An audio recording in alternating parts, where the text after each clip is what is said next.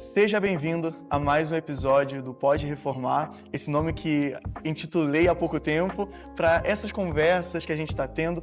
E hoje um convidado super especial, um convidado aqui bem pertinho da onde eu moro. Eu mandei mensagem para ele, ele de pronto aceitou e foi muito legal. Hoje eu estou aqui com o pastor Renato Vargem, pastor aqui da Igreja Cristã da Aliança, onde a gente está gravando, a Igreja dos Tijolinhos, que vocês sempre falam, e também escritor de diversos livros, entre eles Unindo Gerações, também lançado pela editora Trinitas. No último vídeo eu gravei com o Franklin, mostrando um livro da editora Trinitas, e hoje também temos esse livro lindo e também uma excelente obra que trata do assunto que a gente vai falar hoje, que é como a gente vai integrar as gerações dentro da igreja. Pastor Renato. Para mim é um prazer poder participar dessa entrevista, desse bate-papo, digamos assim, né?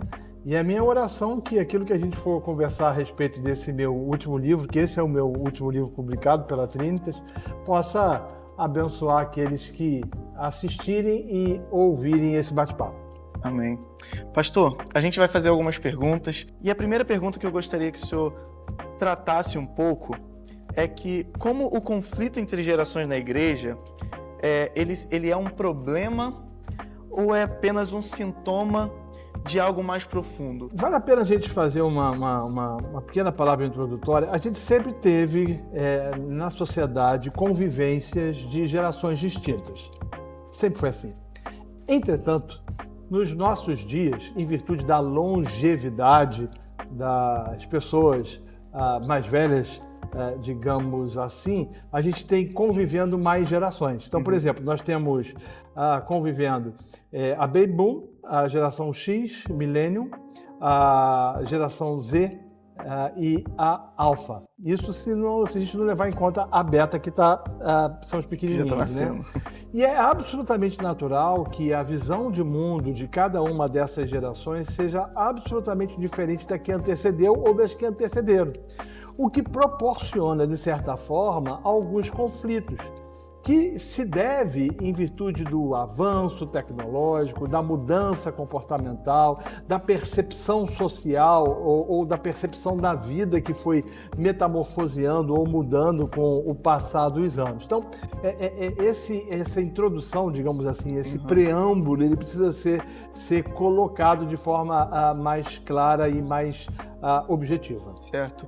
E eu lembro que eu vim no lançamento do seu livro aqui na igreja, e eu lembro que você falou que, acho que no período da história, nós estamos vivendo o maior momento de várias gerações convivendo juntos, coexistindo, né? Exatamente. E como é que a gente lida com essa diversidade de geração? O ser humano por si só ele já é complicado, né? O pecado ele faz com que nós sejamos beligerantes, ele faz com que nós sejamos seres competitivos, ele proporciona e ele produz no coração das pessoas uma certa divergência de percepções, de opiniões e até mesmo conflitos relacionais. Contudo, quando você tem uma quantidade maior de gerações convivendo, por exemplo, como a X e Millennium, ou X e Z, e as percepções, a visão de mundo, a cosmovisão de mundo, ela é diferente em virtude daquilo que se aprendeu, que se viveu, que se experimentou, a tendência é que a gente tenha um conflito muito maior. E esse conflito se faz presente em todas as perspectivas. Se faz presente da família, se faz presente do mercado de trabalho, se faz presente na educação dos filhos e, obviamente, se faz presente na igreja. Sim. Dentro desse âmbito, como que a gente, então, consegue fazer com que diversas gerações dentro da igreja coexistam de forma harmoniosa, já que a gente tem diversas cosmovisões diferentes? Na verdade, a gente precisa proporcionar condições e estruturas onde gerações se convertam a gerações. Em primeiro lugar, primeiro conceito que a gente precisa construir é de que uma geração depende da outra, ou de que as pessoas dependem umas das outras, e não criar um espírito, como eu disse, beligerante, nem tão pouco competitivo. Certo. A questão, às vezes, é que nós vamos departamentalizando a igreja, né? Então, isso não é de hoje, né? O Ministério de Jovens, Ministério de Adolescentes, Ministério Infantil, Ministério de Adultos, e aí você vai criando um tipo de dicotomia, um tipo de divisão relacional que contribui para que haja esse espírito competitivo e beligerante. Então, a primeira coisa é que nós fazemos parte de uma igreja, fazemos parte de um povo. Segundo lugar, é tentar promover aquilo que eu chamo de discipulado intergeracional. No livro eu vou desenvolver isso e vou tratar também da perspectiva da amizade entre pessoas mais novas e pessoas mais velhas. Por exemplo, eu vou usar o exemplo de Jonatas e de Davi. A gente tem a impressão de que Jonatas e Davi eles eram mais ou menos da mesma idade, o que não é verdade. Jonatas tinha idade para ser pai de Davi, mas você percebe que havia entre eles uma relação de proximidade significativa. Terceiro lugar é tentar departamentalizar menos os nossos ministérios e promover atividades onde os mais novos convivam com os mais velhos e que aprendam mutuamente. Além do que desenvolver também nos mais novos o entendimento do respeito quanto aos mais velhos, porque o que a gente vê nos dias de hoje, principalmente os milênios são uma geração autossuficiente, que às vezes não tem o hábito de pedir conselhos, toma decisões de forma abrupta e fundamentados às vezes na sua própria percepção tecnológica, do mundo que conhece, daquilo que entende, né? Acham os mais velhos ultrapassados e às vezes os mais velhos acham os mais novos intempestivos e aí não estão dispostos também a ouvirem os mais novos. Então é tentar promover esse convívio e essa convivência. Certo. E como que a gente sabe se a gente está apenas defendendo uma tradição, principalmente no meio reformado, né, onde a gente vê que o tradicionalismo acaba sendo algo muito forte, e como a gente sabe se a gente está defendendo mais a tradição bíblica ou se a gente está se voltando mais para os gostos da geração? A gente precisa trazer para isso, como mediador, eu vou usar essa expressão, a palavra de Deus, as Escrituras. A palavra de Deus ela tem que servir como mediadora, é ela que tem que fazer com que a gente entenda que algumas percepções que a gente está tendo, ela é uma percepção muito mais sociológica ou muito mais relacionadas à visão de mundo que uma geração tem em detrimento à outra. E não abrir mão do que não pode se abrir, né? Não pode abrir mão de conceitos doutrinários, de valores, de percepções e até mesmo de pressupostos litúrgicos. Eu não estou dizendo com isso que a gente deve romper o princípio regulador do culto. Em nenhum momento. O princípio regulador do culto, ele deve fazer parte. Entretanto, a gente precisa saber de que maneira dialogar com a cultura. Um exemplo é que você vai ver, às vezes, as pessoas querendo aplicar alguns pressupostos litúrgicos do século XVII nos dias de hoje. Exatamente. Não tem como, é uma contextualização que não vai funcionar, que não vai dar certo. Mas isso não significa dizer que a gente tem que transformar a nossa liturgia numa percepção que fira o princípio regulador do culto, em hipótese alguma. E você poderia citar para a gente, para quem não conhece o princípio normativo e tudo mais, poderia explicar para a gente um pouco sobre isso? O princípio regulador do culto significa que a gente tem ou desenvolve o nosso culto público de acordo com aquilo que as Escrituras prescrevem.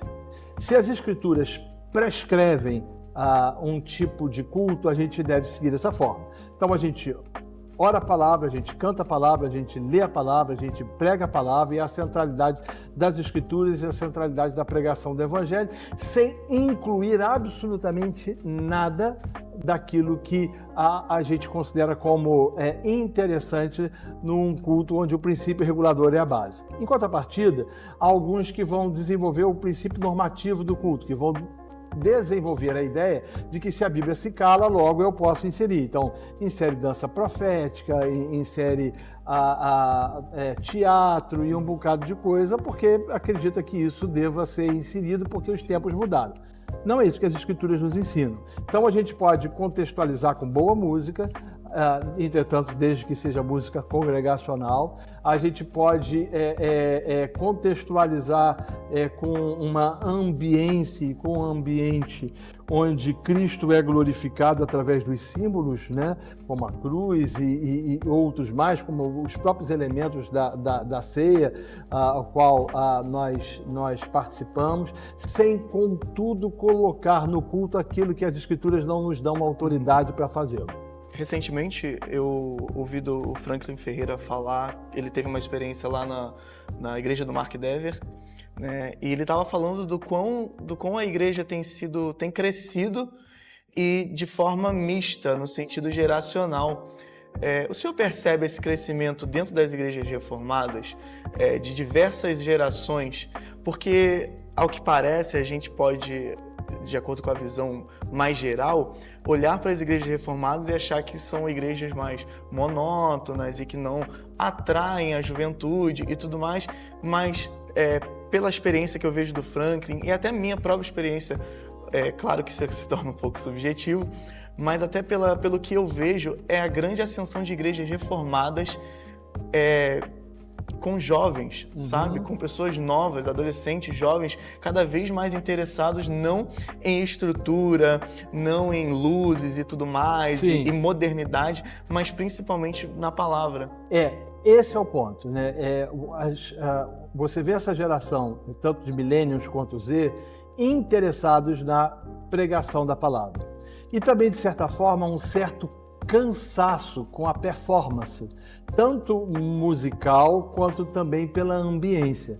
Nessa perspectiva, descobre-se, ou descobriu-se, ou se redescobriu, né, um desejo de voltar a algumas percepções da arquitetura antiga, por exemplo, ou mesmo de um ambiente mais antigo. O que não significa dizer que a fé promove, ou o evangelho que essa geração está descobrindo, promove um tipo de anacronismo. Não, a grande sacada é você viver no tempo a qual nós estamos inseridos, com profundidade bíblica, dialogando com a cultura, sem, contudo, tensionar ou tentar redimir a cultura, proporcionando com isso com que as pessoas entendam principalmente a beleza do evangelho.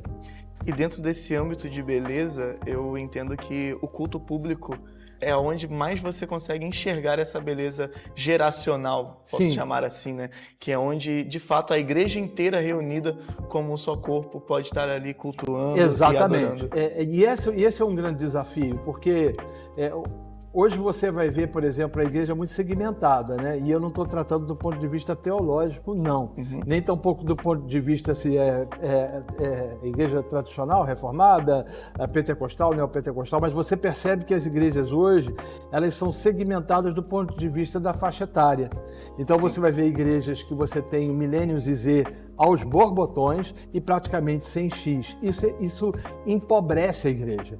A igreja ela precisa ter a riqueza intergeracional. Ela precisa ter pessoas de idades diferentes convivendo juntos, comungando juntos, aprendendo juntos, trocando juntos, crescendo juntos e experimentando de forma concomitante, né, a beleza da multiforme graça de Deus. Então, assim, esse tem sido um dos desafios da Igreja Cristã da Aliança. Então, aqui na igreja, e tratando especificamente, a gente vai encontrar millennials, vai encontrar Z, mas você vai encontrar X também. E aí você tenta promover, né? Eu vou usar o exemplo aí, por exemplo, da minha esposa. Minha esposa é X e ela tem amigas que são millennials e que convivem, que se relacionam sem nenhuma barreira geracional, porque essa é a beleza que a igreja pode proporcionar, né? Aquilo que Efésios vai tratar de gentios e judeus, e a gente pode fazer uma ponte hermenêutica ou puxar para a sardinha para os nossos dias e tratar da perspectiva intergeracional de convivência, onde há respeito mútuo, tanto dos mais novos pelos mais velhos e vice-versa. A igreja em si, por causa dessa questão das gerações, ela perdeu o significado do discipulado? Olha, eu acho que essa relação, essa questão do discipulado, ainda que os conflitos geracionais possam ter contribuído, mas eles não são não é o motivo principal. Certo. Eu acho que nós vivemos numa sociedade politicamente correta, numa sociedade hedonista, ensimesmada, cujo mote é a vida é minha, eu faço o que quero, não tenho que dar satisfação dela para ninguém. Em contrapartida, a gente vê que os conceitos de discipulado do passado, eles foram, de certa forma, abandonados, porque as pessoas elas estão cada vez mais individualistas, egoístas, preocupadas com os seus próprios umbigos. Por isso que eu falo que essa sociedade a qual a gente está inserida é uma sociedade umbígua. Eu usei de um neologismo aí, né? Uma sociedade preocupada com o seu próprio umbigo. E isso, para mim, é o fato primordial da gente ter uma sociedade mais distante. Não o conflito entre gerações, mas uma sociedade mais distante produz e aumenta o conflito de gerações. Sim, ou seja, é o inverso. Acaba havendo essa dificuldade dos mais velhos expressarem sua experiência para os mais novos e tudo mais. E hoje isso é muito difícil, né, de ser aceito, principalmente pelos jovens. Lidar com o jovem hoje é algo... Por um fator, cara, que é interessante. Por exemplo, os jovens hoje eles têm muito mais acesso a conteúdo do que a minha geração quando jovem. Então, sim, por exemplo, o sujeito ele vai para um seminário teológico, né? Ele tem uma gama de material, não somente em língua portuguesa, mas também em língua inglesa e até mesmo outros idiomas. Sem contar que a internet proporcionou essa possibilidade de acessar bibliotecas ou mesmo audiotecas do mundo inteiro. Então o sujeito ele pode ouvir as pregações de Martin Lloyd Jones pela internet. Então isso traz, de certa forma, uma compreensão de que essa geração possui mais conhecimento do que a geração passada, o que às vezes contribui para um tipo de arrogância e de prepotência de millennials para quanto a X e até mesmo para Baby Boom, o que, em vez de promover a aproximação, por razões óbvias, ela promove um racha relacional. E aí você vai ver isso não somente no aspecto da teologia, mas também em aspectos dos mais variados possíveis da sociedade. Então, é um problema que precisa ser visto, que precisa ser enxergado, que precisa ser compreendido para que haja humildade por parte das gerações mais novas e, às vezes, também humildade por parte das gerações mais velhas de entender e de compreender que aquela geração tem uma percepção maior porque recebeu, naquele determinado momento, luz sobre determinadas trevas as quais os quais não vivenciou no passado. Cara, isso é muita beleza. Ouvindo assim, porque a gente percebe o conhecimento que hoje os nossos jovens, as nossas gerações mais novas têm um acesso mais fácil, né? Até pessoas mais velhas hoje têm uma certa dificuldade de chegar a tal informação. Porém, eu vejo que existe a beleza também da experiência. Sim. Sabe? Do compartilhar. Você vê, por exemplo, eu estava vendo esses dias, aliás, tem alguns meses, né? Assim, isso é chocante.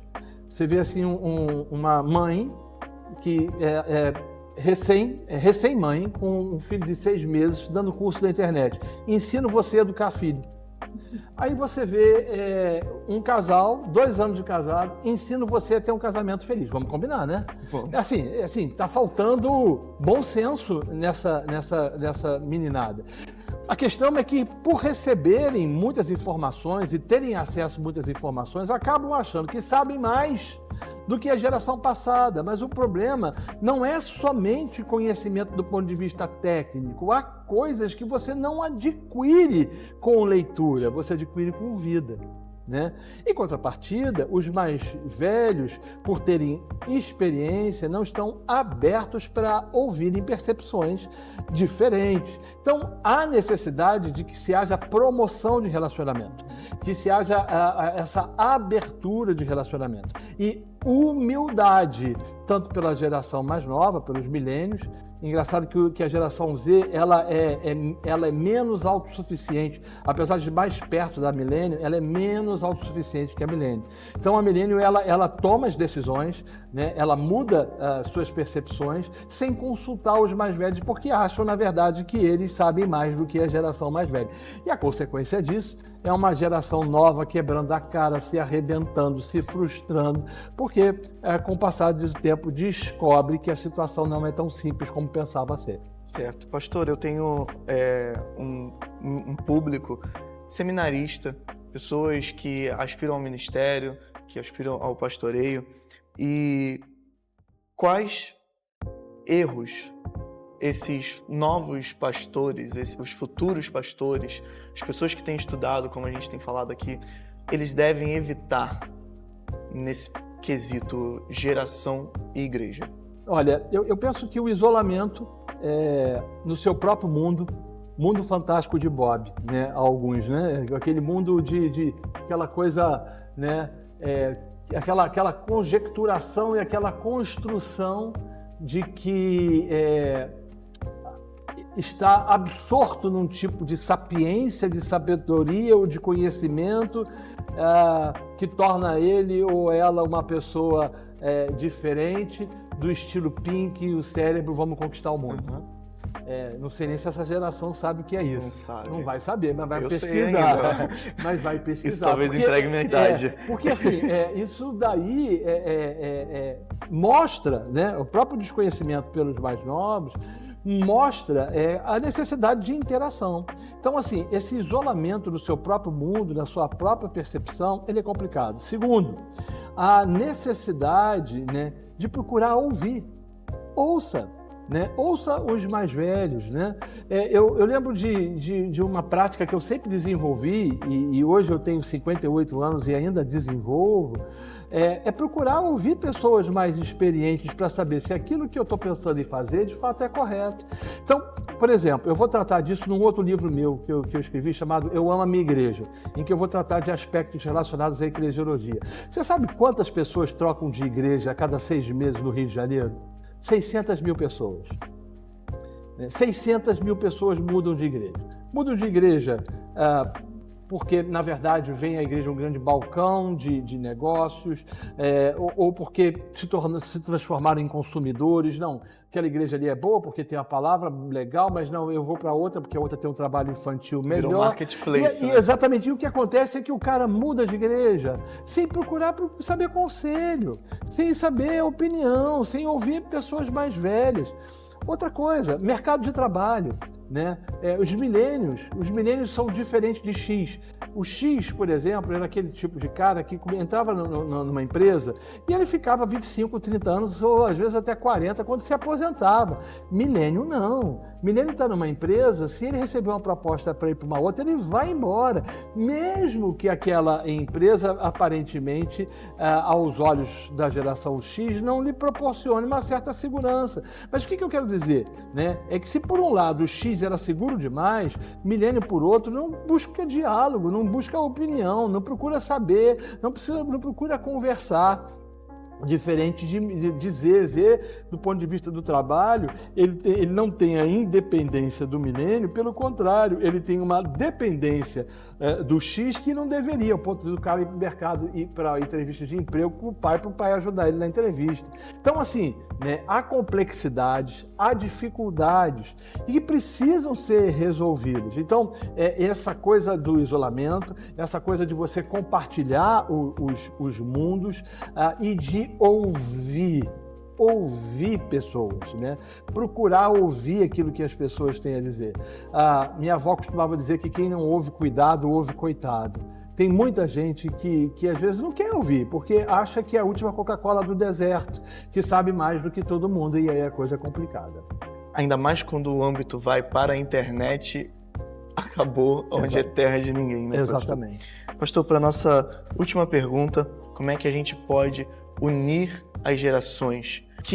Como a gente pode fazer com que isso se torne uma consciência da membresia em si, e não só da liderança? A gente precisa primeiro, eu sempre falo isso em todos os meus livros, desde o Reforma Agora, que foi publicado pela Fiel, trazer a centralidade das Escrituras para dentro da igreja. A palavra de Deus, ela precisa nortear todas as nossas ações e todos os nossos comportamentos.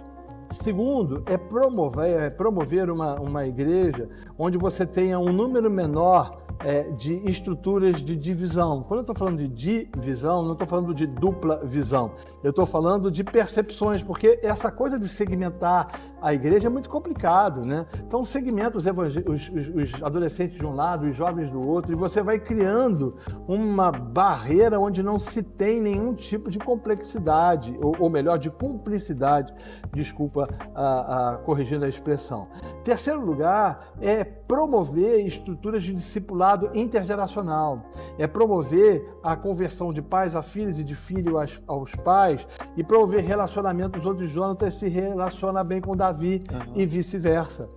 Isso é fundamental, isso é primordial. E para isso ela precisa criar estruturas, não somente físicas, mas estruturas onde a videira cresça na treliça, de forma com que espontaneidade se faça presente, ao mesmo tempo dentro de uma estrutura firme, onde os valores não são, em hipótese alguma, negociados. Então, é importante isso. Agora, isso só é possível se você tiver pastores com essa percepção, porque senão você vai criando essa coisa dicotômica, de divisão, de percepção. Não, vamos criar desse jeito, e aí fica que nem o que a gente tinha na década de 60, né? Quando isso se torna mais evidente, quando começa a década de 60, né, a bateria, por exemplo, não tinha no culto, então se tem a guitarra, a bateria, enfim, não se trata disso. É muito mais do que esse tipo de estereótipo, né? É você promover estruturas relacionais onde um depende do outro. Agora, isso só é possível com a centralidade das Escrituras, porque as Escrituras, elas confrontam as nossas incongruências, elas confrontam as nossas idiosincrasias, elas confrontam as nossas patologias, elas trazem remédio para a nossa alma e elas proporcionam com isso, né, a possibilidade de uma igreja mais unida e mais saudável. Isso tudo precisa coadunar também com uma percepção de membresia diferenciada. A gente vive hoje uma relativização em relação à membresia na Igreja Evangélica Brasileira muito grande. Então, assim, por exemplo, na Igreja Cristã da Aliança, ninguém é recebido como membro na igreja com menos de 6 meses de estudo, de reflexão, de compreensão, de comunhão, de confronto, até mesmo algumas percepções, ao mesmo tempo de promoção de relacionamento intergeracional. Então, isso é importante, isso é fundamental, isso é indispensável. Pastor, muito obrigado por aceitar o convite. O prazer foi meu. Foi um prazer enorme estar aqui. E fica a nossa recomendação, Unindo Gerações, o último lançamento do pastor Renato Vargens pela editora Trinitas. Muito obrigado. Deus abençoe. Até a próxima. Amém.